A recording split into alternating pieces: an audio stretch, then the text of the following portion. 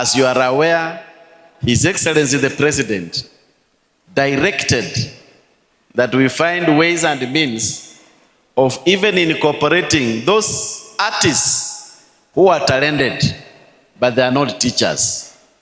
Already, we have started the process of incorporating them. We will require a process so that when they come, they can interact with our students and we have no fear. This year, the Kenya Music Festival theme speaks directly to the aspirations of our nation and values that guide Equity Bank. Sustainable development is not only about preserving our environment, it's also about empowering individuals and communities with knowledge, opportunities, and resources they need to build a prosperous and resilient future. Our partnership goes beyond sponsorship.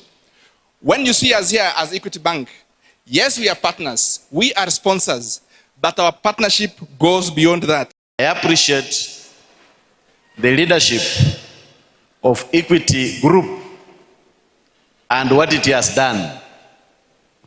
You have seen the magnitude of the support they have given us.